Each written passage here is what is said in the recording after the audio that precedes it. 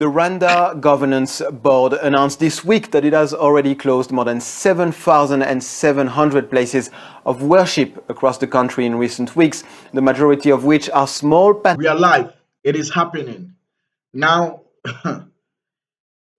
Rwanda is in the news. Rwanda is in the news. Guys, I don't know if y'all can see me clearly. I don't know. But I believe you guys can see me clearly. Rwanda is in the news, and it is this story can be, it's two ways. It could be provocating, or it could be to a certain level an advantage, right? But let's go deeper, right? Rwanda closes down almost 8,000 churches. Okay, Rwanda closes down more than 8,000 churches. And we as Christians, what do we think of this? What meanings do we read into this? Because closing down 8,000 churches and mosques inclusive or included. Guys, what do you think of it? But I want us to watch the full video so we can, rant or pass our judgment. Let's go into the video fully. Let's go. More than 8,000 churches and mosques have been shut down in Rwanda this month for not meeting health and safety standards. Most of them have the country's places of worship and have been found to be violation of several regulations. The first major crackdown since a law tightening up operations was brought in 5 years ago. Clamadi Roma brings us more from Kigali. The Rwanda Governance Board announced this week that it has already closed more than 7,700 places of worship across the country in recent weeks, the majority of which are small Pentecostal churches, but also several mosques. Most of the buildings constructed without adhering to national standards were deemed unsafe to host worshippers or insufficiently soundproofed. The leaders of these places must also present a degree in theology, for example. These criteria are the result of a 2018 law. At the time, President Kagame stated that the country did not need so many places of worship. Churches and mosques had 5 years to comply, but several thousand have failed to do so. A pastor was arrested on Tuesday for continuing to operate after the closure of his church in the eastern part of the country. Another pastor, one of the few to publicly criticize the measure, called it extreme. He went as far as describing the closures as being institutionally violent, however, retracted his statements just a few days later. So now this is what a government is saying, all right? Before you can open a church as a clergyman or as a pastor, you need to have a bachelor's degree. All right? You need to go for a pastoral course and have a degree in there. And so, what do you guys think about this? Do you think it is necessary? Because, this conversation can go a long way right now. And, in my opinion, I think every religious leader should be educated, right? Because without education, how can you bisect and digest in depth of the word, so you can also explain to people who are not having enlightenment into the word, right? So I believe with that particular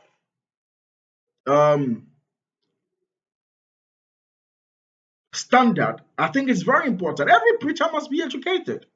Paul was educated, so he was able to do more than the other apostles, right? That is very evidentical. And so it's not a matter of me hating on the church.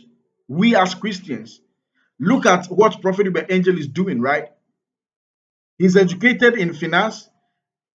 He's educated in the field he's operating in as what? A man of God. He's educated, right? Now, Archbishop Nicholas Duncan Williams, there are a lot of men of God in Ghana who preach and say he's not been to school. He's not, bro. chill. At a point, he didn't have basic education, right? But he elevated.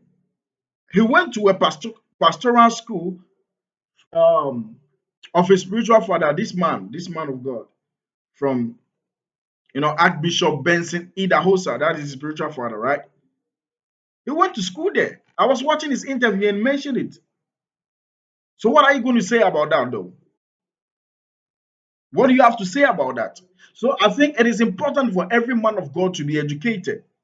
And you see, I'll come about some particular thing, right? Let me write it down before I forget because I want to pass through another side. That is with okay, let me just put it here before I forget because it's another important thing to talk about.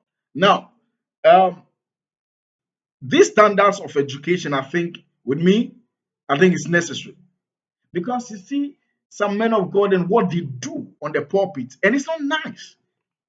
The fact that everybody is having their right to freedom, the right to, you know, worship, doesn't mean, doesn't mean, you molest and victimize people in certain ways that we've seen in video online.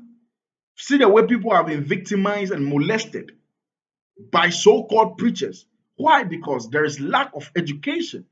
Somebody might be called, but because they lack education, they will do things that are not really, really nice to do of them. I'm not saying people wouldn't make mistakes, but as much as people can make mistakes, there are some of the things that clergymen, pastors, religious leaders, some do that. It is as a result of lack of education. And I agree with that. But there is another standard that, the president of the country, Rwanda, is saying that um, rented places for church services wouldn't be validated. And so you need to have a professional auditorium for your church service, a standard one. When you even come to Ghana, people rent places, all right?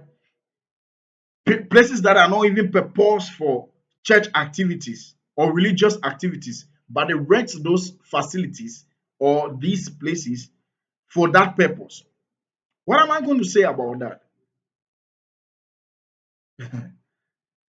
This I wouldn't say much, but I believe if we are supposed to worship, it has to. That is why coming up, the Israelites and these religious leaders from the Bible days. That's why God was so specific. I want Solomon to build me a temple. The temple is important. He didn't ask Solomon to build him a shop that will later on in the evening turn into a temple, right?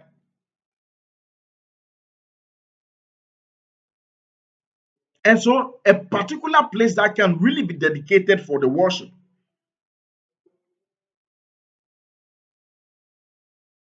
You see, let me tell you something. The fact that mosques and churches has been closed down, that is not my beat. That is not where my joy is. No, I'm a Christian, right? But certain things needs to be regulated because Jesus Christ has to even enter one church and then there is no regulation. So he got angry and start putting in place disciplinary measures. You don't sell here, you don't change money here, you don't do this here, you don't do that here. You understand? You don't do this, you don't do that here.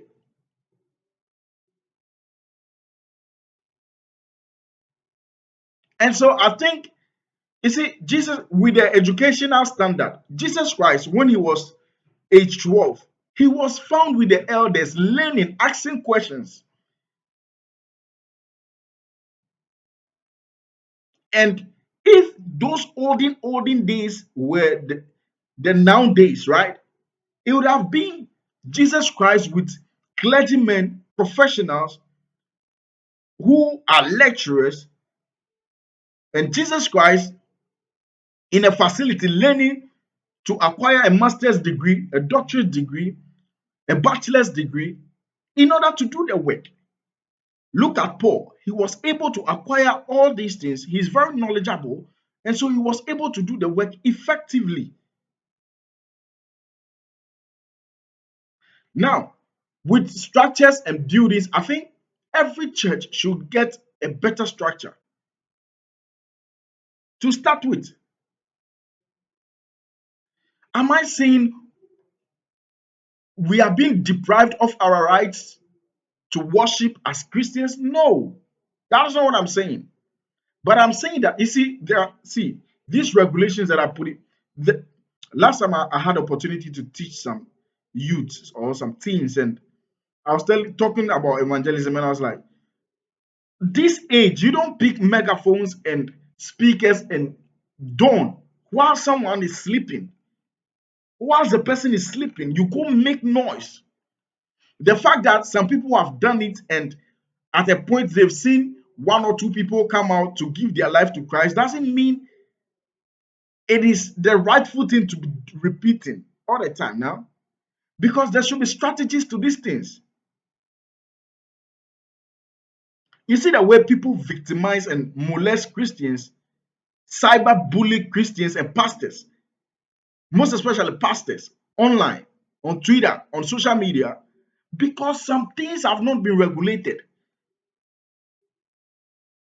And so, if things are really regulated, there are some things as spiritual people, religious people, we wouldn't do, right?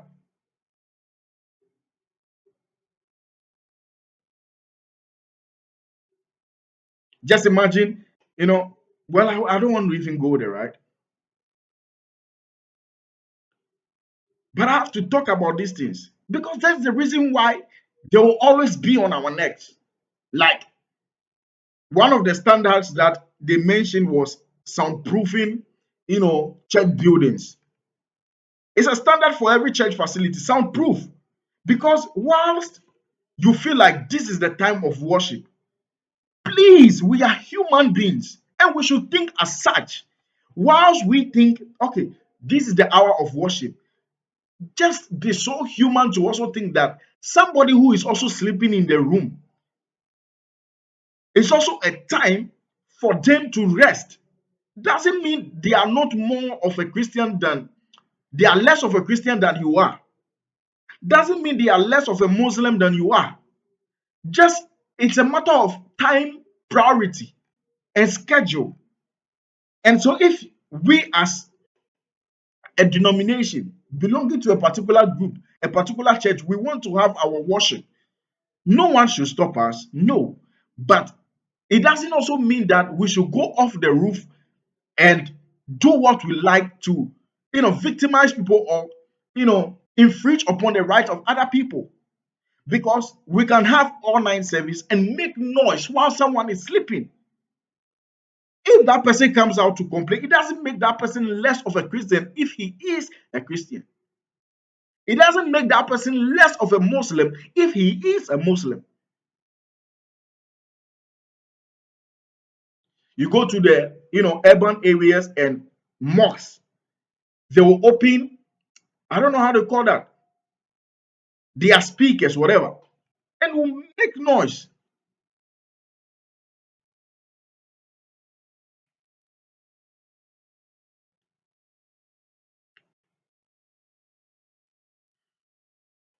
Do you know why we call ourselves believers? Because it is a choice that we've made. When you want to, preach, evangelize to people, it is a decision you've made. You took because you don't end up evangelizing 24 hours, 7 days. 1 month, 2 months, 3 months, non-stop. You go and bath, you eat, you have schedule. And same as someone else, right? And so if someone is in their schedule, bro, you have to respect their schedule. You go and see people eating and you still want to evangelize to them. Come on, be human.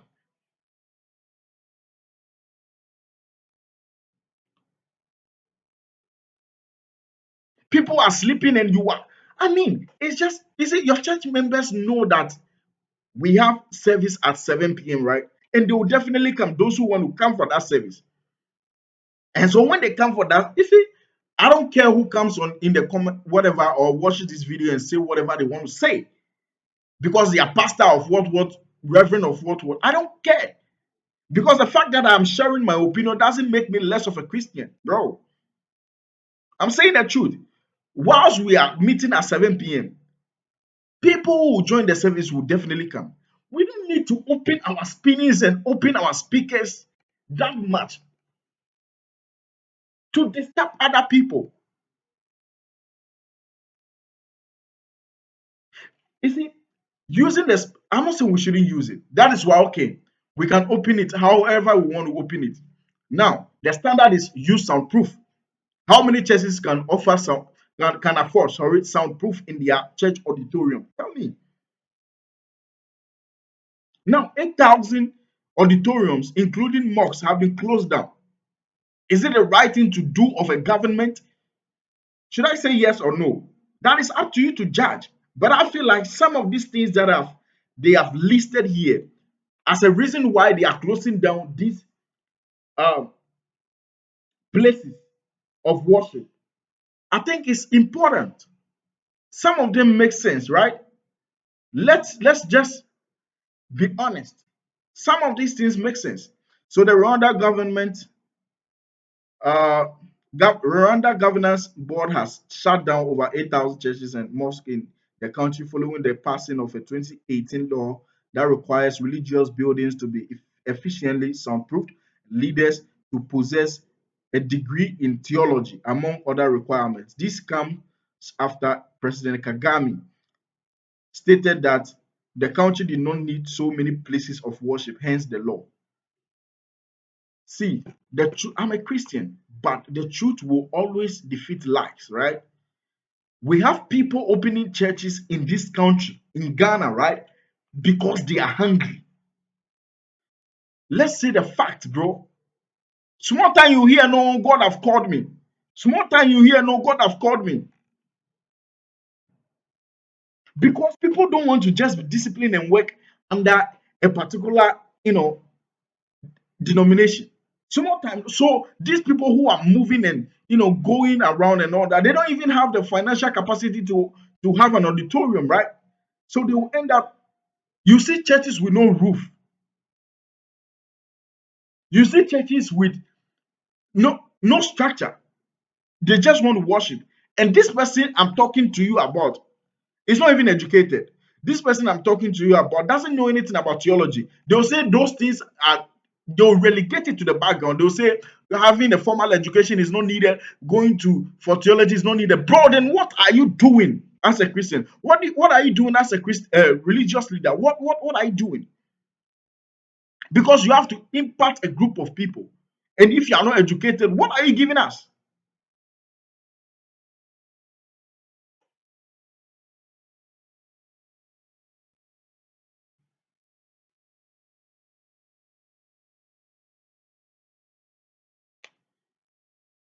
A lot of things are on my heart that we as Christians, we need to carry ourselves.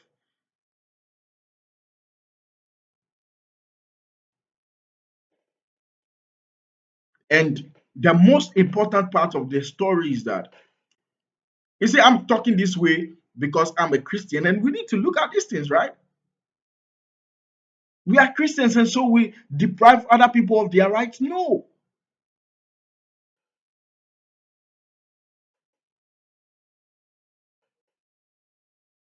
People looked up to us. That is why you go on social media, nobody value us anymore. Because some of the things that we do. So, Rwanda, it is what it is. Just branch out of another church, open your own. Meanwhile, you don't have the financial capacity. You are not well educated to even, resource the service you are rendering to people. What are you doing? We need to sit back and think and rethink again. My calling, your calling. Your calling, you can't even serve under another church. Your calling. You're calling. You're calling. That you need to rush and open. Is it so people will be like, is it as a result of unemployment or what? They'll hold us with around our neck, right? Because Nick, if my calling, God have called me, I have to go and open church. It means I don't have that money to open it, to put out a structure. I don't have money. So you can't go by the standards. I'm not educated in the side of theology and all that. What do I even know in the Bible? So when you start to make mistakes, and people will laugh at us because there's no regulation, right? Even these things that we are talking about, it should be at the whatever council, Christian whatever council. That okay, before you open a church, you should do this. Every church we are doing this. Let's just be like that. That's our way of. You see, people will like us. My name is Nathan. I might have said a lot in this video, but this video requires a lot to be said, right? And that is the stand of Rwanda with regards to all this, with regards to worship and all that, right? And so I'll just leave it at this and come back later when there is any update on this particular story. Guys, what do you think? This is what I think. What do you think? This is what I think. What do you think? This is what I think. And so it is what it is. It is what it is. We should be really united and not split. This person, I'm doing this here, I'm doing that. Bro, I'm out. Make sure you subscribe, share.